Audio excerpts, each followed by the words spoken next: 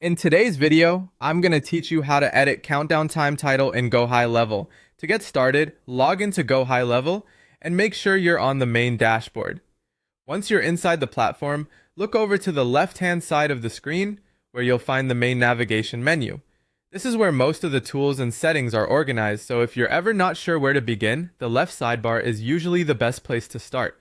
From that menu, click on Marketing. This section contains tools related to campaigns, promotions, and assets that help you engage your audience. After opening Marketing, move to the top menu and click on Countdown Timers. This will take you to the area where all of your countdown timers are stored and managed. Once you're on the Countdown Timers page, find the specific countdown timer that you want to update. If you have several timers listed, take a moment to confirm you're selecting the correct one before making any changes. That helps avoid editing the wrong asset, especially if you use timers for different offers or pages. After selecting the correct countdown timer, click on the pencil icon. This icon opens the editor, where you can make changes to the timer details. When the editor opens, go to the upper part of the page where the current countdown title appears.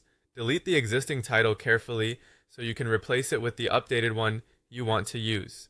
Next, type in your new title. Make sure the title is clear and easy to recognize, especially if you'll be using this countdown timer across different campaigns or pages. A simple, descriptive title can make future edits much easier and help you stay organized inside your account. Once you've entered the new title, click Save to apply the changes. This is the final step, and it's important because your update won't be stored until you save it. After saving, your countdown timer will reflect the new title. If you want to double check your work, you can stay on the page and confirm that the updated title appears correctly. That quick review can save time and help make sure everything looks the way you intended. And that's it. You've successfully updated the title of a countdown timer in Gohighlevel. Thanks for watching, and I'll see you in the next video.